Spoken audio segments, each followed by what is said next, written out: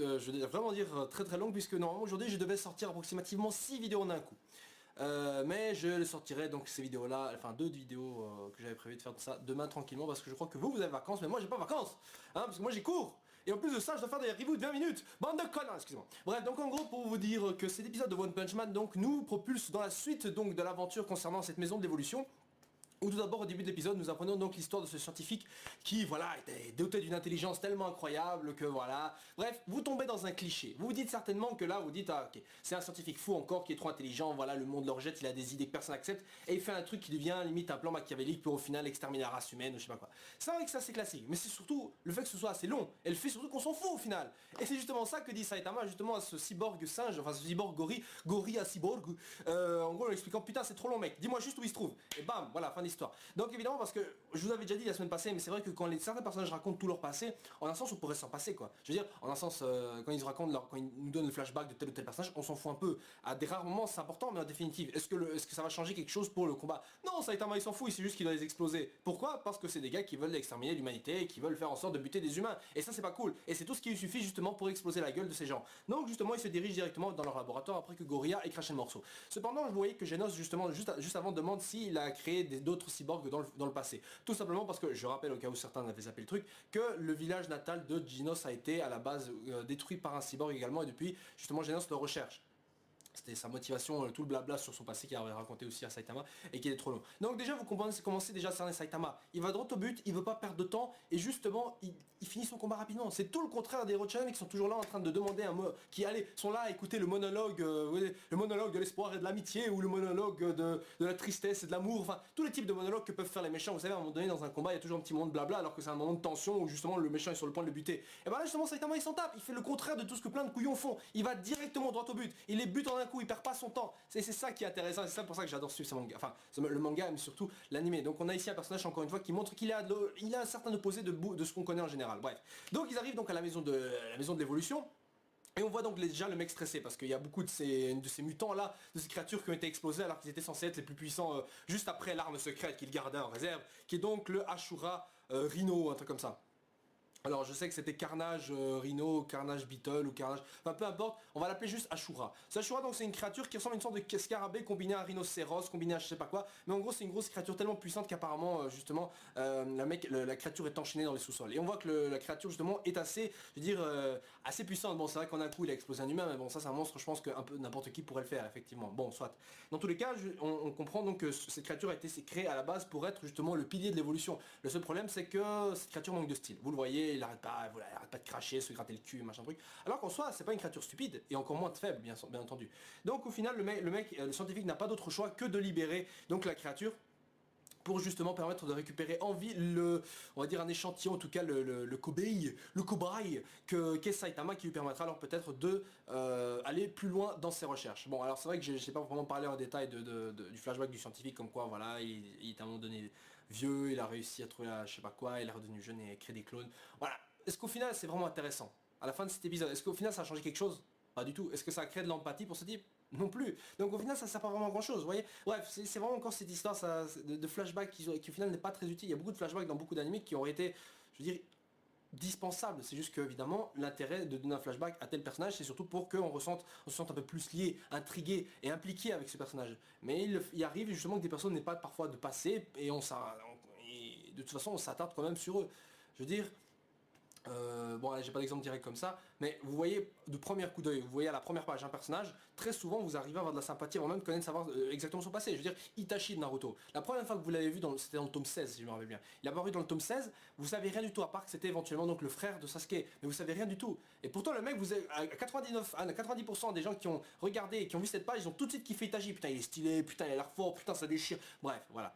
Donc pour continuer ce que je disais, donc au final Rhino en prenant donc le scientifique dans les mains, en lui brisant je crois le bras ou je sais pas, donc directement va rencontrer Saitama et Genos qui avant ça avait pulvérisé donc le bâtiment qui justement était censé représenter la maison de l'évolution. Donc Genos il arrive, il perd pas de temps, il détruit directement le truc. Encore une fois, c'est une bonne chose, hein, parce qu'en soi c'est ce que beaucoup de gens devraient faire. Je veux dire, il y a beaucoup de personnages qui décident de s'aventurer à tel ou tel endroit, sachant que c'est dangereux ou quoi, ils décident de vivre plein de trucs à l'intérieur, alors qu'en soi ils pourraient aussi bêtement détruire l'endroit, quoi. Bon, maintenant évidemment ça apparaît pas toujours, mais en gros c'est pour dire que beaucoup de héros prennent trop de difficultés, prennent trop de dangers, alors que justement il y a une voie facile, courte et efficace qui est disponible. Là c'en est une. Bon, voilà. Donc du coup, Rino combat tout d'abord Genos, parce que Genos, voilà, c'est un peu le disciple de Saitama et veut prouver qu'il est digne de son disciple et qu'il veut évoluer, qu'il va être plus fort. Donc encore une fois, c'est Genos ici qui veut s'améliorer, qui veut aller plus haut. Lui représente un peu plus le typique, le côté, le typique, pardon, l'aspect très shonen, du héros de shonen, qui à base parfois est très souvent, qui a l'air parfois assez froid et distant de temps en temps, mais qui au final cache en fait un passé assez douloureux, comme on a bien deviné, et surtout qui cherche à progresser. C'est surtout ça, pardon, qui cherche à progresser et qui a plus ou moins un sens de bon et un sens de bien et de justice un tout petit peu, quoi. Bref, du coup un combat s'enchaîne, mais qui est très rapidement terminé, et donc du coup Rino demande donc Ashura demande donc du coup à Saitama d'aller combattre dans une salle géante qui est visiblement aménagée pour tester telle ou telle créature. D'ailleurs, pour en revenir à Ashura, si vous n'avez pas reconnu le seiyuu, et moi non plus au début je me suis dit putain, j'ai déjà entendu ce seiyuu, mais j'ai l'impression attends, c'est qui, est-ce que je l'ai entendu, et en fait je me suis rappelé, c'est en fait le même seiyuu qui double donc Satan ou Hercule si vous voulez, dans la version japonaise de Dragon Ball Super, parce que dans la version je crois de Dragon Ball Z en japonais, le gars est décédé. Je crois d'ailleurs que c'était le même qui doublait Kamagawa, je crois, ou Komagawa, j'ai oublié, non, dans le coach dans Hajime no Ippo, il doublait également Bison dans la version japonaise de Street Fighter, je crois. Il doublait d'autres personnages, mais j'ai oublié. Mais en tout cas, c'est donc le même seiyuu qui double Satan, Mister Satan, de Dragon Ball Super, qui double donc Ashura. D'ailleurs, il a aussi doublé, si je me rappelle bien, un des deux géants. En fait, c'est à cause de ça que je me suis rappelé, un des deux géants de One Piece, parce que je me suis rematé quelques épisodes, et en fait, je suis actuellement à l'arc Alabasta, je me remate vite fait des épisodes, et je me souviens avoir entendu de la voix, donc je crois que c'était Brogy, Dory, Mogi, je sais plus, je crois que c'était Dory, un truc comme ça. Bref, il double un des deux géants. Dans tous les cas, c'est le même type qui est ici. Et donc voilà, donc encore une fois c'est un double, allez, c'est pas un seiyuu non plus ultra connu, mais en tout cas je pense que beaucoup de gens ont entendu sa voix. Donc c'est pas n'importe quel seiyuu que vous no-name, que vous connaissez peut-être pas forcément, c'est encore des fois des voix qui vous disent quelque chose, vous voyez. Et de toute façon ici Ashura donc commence un combat déjà avec Saitama au début, mais vite fait se fait interrompre par Genos qui justement est encore en vie et qui veut prouver qu'il est fort. Alors là après on a une séance assez rapide, encore des échanges très cool, où justement Genos putain il combat à la vitesse, une puissance technique, machin, c'est bien stylé, c'est rapide, même les traits parfois ont du mal à suivre, j'ai l'impression, avec certains traits qui sont assez gras au crayon que vous pouvez suivre, mais encore une fois c'est le but ici, c'est de donner de l'intensité. Je sais qu'il y a des gens qui étaient pas très d'accord avec ce que j'avais dit par exemple pour l'animation du combat Naruto vs Pain, et je vais essayer de préciser un peu ma pensée, histoire que certains qui pensaient ça, voilà, c'est histoire de m'expliquer un peu plus. Il y a juste le moment... Non, en fait, il y a les seuls moments où j'ai pas aimé en gros ce combat, c'est vraiment dans la scène où le mec s'énerve, où Pain tape dans le sol avec sa figure déchirée. Je veux bien qu'il y ait des scènes d'intensité, par exemple l'attaque de Kurama sur Konoha, c'était un style tout à fait différent dans les flashbacks, il y avait un style tout à fait différent qui était appliqué lorsque Kurama détruisait Konoha, vous voyez, il y avait un style différent, et ça allait bien, ça faisait genre style japonais, fresque japonaise et tout, c'était bien stylé. Mais là, avec Pain, ça le faisait pas trop, surtout qu'après, je veux dire, il y a des gueules impardonnables, quoi. Il y a des gueules, ça passe encore, quand il fait genre, ah, comme ça passe, mais après non. Voilà, excusez-moi, c'était une petite parenthèse, mais pour dire encore une fois, j'adore aussi cet animateur parce qu'il a fait de super combats dans Naruto aussi. Mais là, je trouvais juste le style à beaucoup de moments assez bizarres. Bref, dans tous les cas, pour en revenir à ce que je disais, donc Genos au final se fait exploser assez rapidement avec une coupe à franc en plus de ça, voilà, normal. Et justement à ce moment-là, donc Saitama arrive et entre en scène, et tout le monde veut justement savoir comment ça se fait que le mec est devenu fort, parce qu'à un moment donné, Ashura essaie de se faufiler derrière Saitama pour l'exploser, mais sans son sixième sens animal, ou je sais pas ce que c'est, peu importe, mais en tout cas lui indique que Saitama a une puissance incroyable, incommensurable en lui, qui est tellement dangereux qu'il aurait justement pu mourir si justement Ashura avait attaqué à ce moment-là. Et donc, cet animal a raison, parce qu'à un moment donné, juste après, vous voyez un plan de Saitama, genre avec des traits assez gras sur lui, et vous voyez un fond comme s'il y avait des âmes, un peu à la Full Metal Alchemist, un truc comme ça. Et donc on comprend que Saitama, donc malgré sa gueule de bouffon, est super dangereux. Et c'est ça le contraste assez rigolo, c'est que le mec c'est un chauve, c'est un bouffon, et il arrive à être super fort. Bon, maintenant...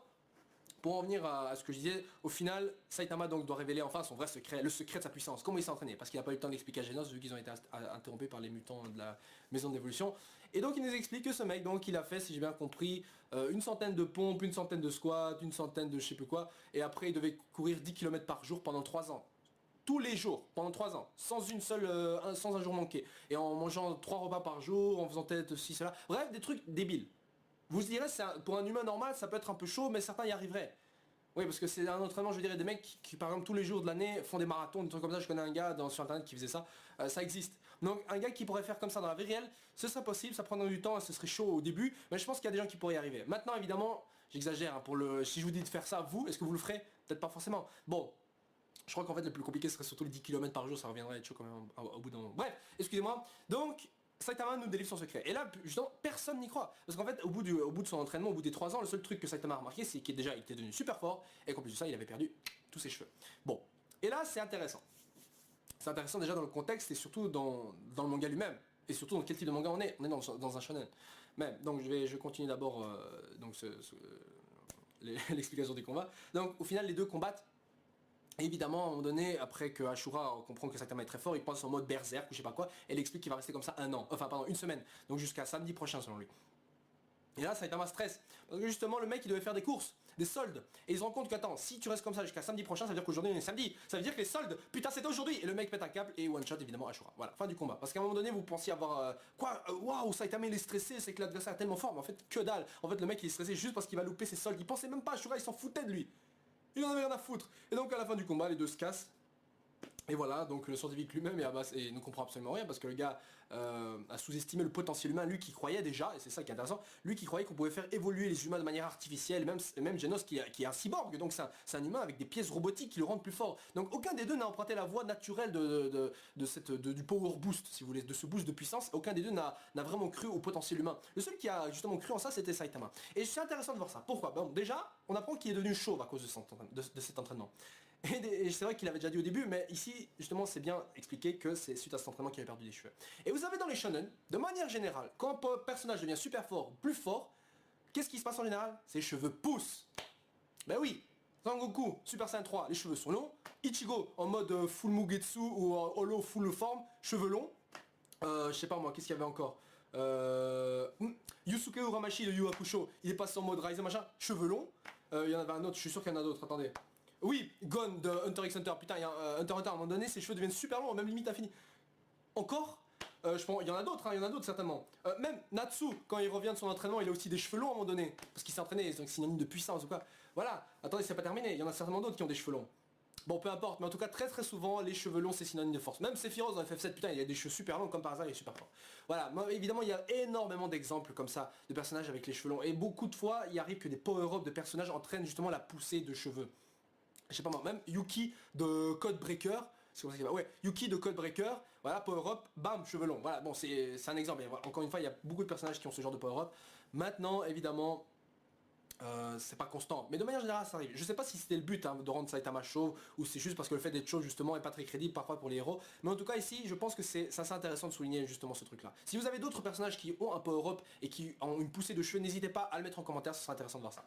Bref, et deuxièmement, le fait que Saitama nous explique qu'il a suivi un entraînement, on va dire, à la régulière. C'est un entraînement genre que n'importe qui pourrait faire, si le seul effort à fournir c'est le fait de le tenir. Alors que dans tous les autres shonen, putain mais les mecs ils font des entraînements genre sous la gravité sans G, ils gravissent des montagnes de 3 km, ils vont dans des endroits où le temps passe, le temps défile lentement ou je sais pas quoi, ils vont dans des endroits où la chaleur est tellement exposée, où je sais pas, où il n'y a pas de bouffe, il n'y a rien du tout, il y a 3000 saisons qui se déroulent en 2 jours. Et le mec Saitama lui il se casse pas les couilles, il fait du jogging, il fait des squats, il fait des pompes, tranquille, voilà, il fait juste ça. Il fait juste ça. Il fait des développés couchés je crois aussi. Enfin peu importe mais en tout cas il fait des trucs classiques. Et vous allez me dire que c'est un contraste énorme je trouve par rapport justement à ce que les entraînements de malade mental que font les héros shonen. D'habitude dans les japonais, toute leur mentalité de l'effort, dans les mangas vous sentez bien le truc où justement tout le monde suit des entraînements hyper abusés. Rappelez-vous il y avait une vidéo du jour de grenier qui parlait par exemple de ce dessin animé, enfin, si vous connaissez, si vous l'avez pas vu peu importe, qui parlait d'un dessin animé ou justement un animé donc sur le théâtre qui s'appelait Glass Mask je crois. En français je crois que c'était Laura ou la passion du théâtre, je sais plus quoi, je sais plus ce que c'était, je sais pas si c'était ça le titre. Enfin peu importe, mais c'était genre une fille qui voulait devenir une actrice au théâtre, tu vois, genre au théâtre. Et genre la meuf à un moment donné pour interpréter un personnage d'une meuf qui genre est malade, elle-même chope genre limite une pneumonie pour rentrer dans le personnage. Tu vois ça c'est genre des forks de malade que tu fais pas normalement. Moi Saitama lui justement il va pas commencer à casser les couilles, il fait juste un entraînement. C'est vrai certes très dur, mais il a réussi à le faire et c'était pas un entraînement genre des power boosts, des machins bidules. Il a juste cru en ses capacités et il y a tenu. Bon, faites le comparatif de ça et Madara qui justement doit puiser le pouvoir des Senju dans Naruto. Putain, voilà si vous avez pas compris la référence c'est pas très grave. Mais en gros c'est ça que je voulais dire, c'est qu'il y avait donc un contraste entre justement cet effort on va dire naturel, simple au final. Parce que justement les autres personnages ils y croient pas. Je veux dire comment tu peux devenir aussi fort avec des trucs comme ça. Normalement limite je sais pas tu dirais ouais je me suis entraîné sous la gravité 300 G. C'est des trucs même qui arrivent dans le manga Toriko par exemple. C'est des trucs qui reviennent. Genre des trucs des entraînements de fou. Et là justement non c'est un truc limite tu l'entends tu dis c'est tout. Voilà. Bon, bref, je trouvais ça intéressant à dire. Je sais pas ce que vous en pensez personnellement. Je pense que quand on lit des mangas, on suit à chaque fois ouais, des entraînements genre 3 jours, 3 nuits sans manger, sans boire, comme dans Samurai Deportivo, ou je sais pas, mais enfin peu importe.